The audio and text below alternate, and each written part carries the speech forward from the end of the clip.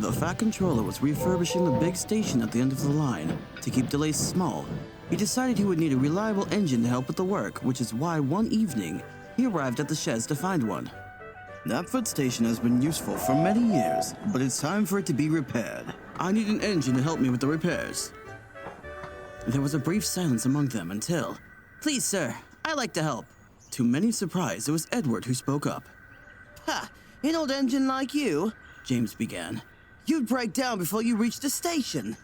"That I doubt would be the case." Sir Topham Hatt looked back at Edward.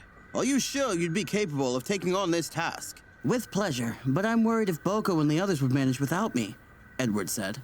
"That can be arranged. James can take your place for the branch line. That will be all."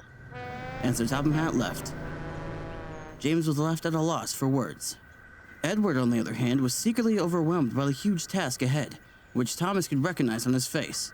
"You sure you're ready for this?"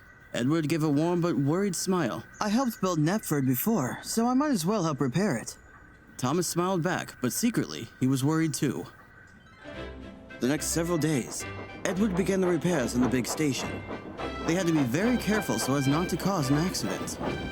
Edward too found it harder than he first thought. The pliers from the docks needed picking up directly and shunting precisely where the men needed them. Each morning, Thomas would come in with the stone trucks from his branch line to help with the repairs. "You're in quite a rush, Edward." "Needs to be quick work, Thomas," Edward wheezed. "Would you like some help? I'll have enough time before my next train." "I appreciate the offer, but I'm fine. You have a branch line to take care of either way." Thomas wanted to make his argument, but Edward had to be off. "That's my whistle," he said. "Off to collect more beams from the docks."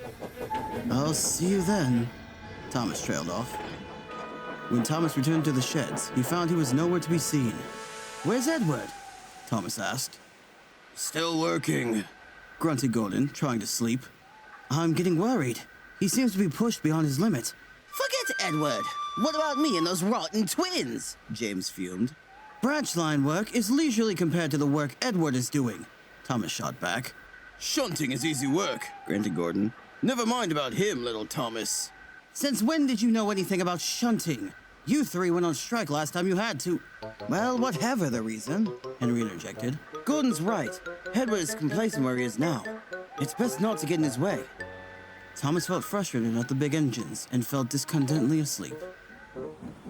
Edward was once again puffing around to the docks to receive more supplies for the construction.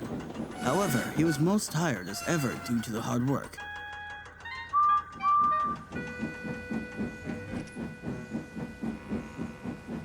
Edward came in exhausted, much too worn out to pay proper attention. He hadn't noticed he was rolling down the wrong line, headed right for the scaffolding. "Look out!" called his driver. Edward's eyes bolted open. "Stop! Stop!"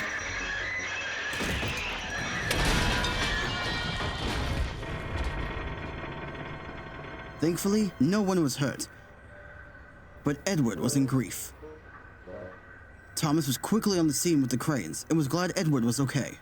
"I'm sorry, Thomas," Edward winced. "I seem to be over my smoke box." "Don't beat yourself up about it," Thomas comforted. "You only thought it was best." Edward looked glumly down on his buffers.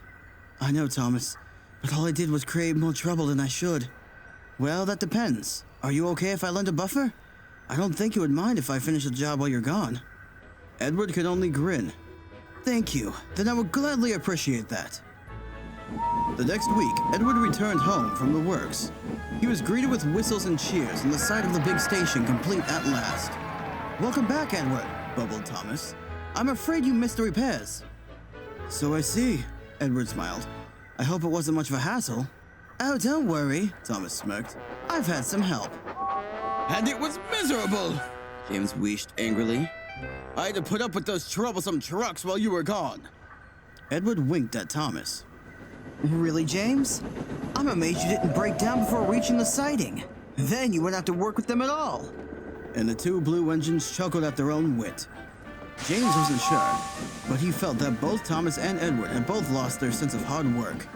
But we know they were only teasing, don't we?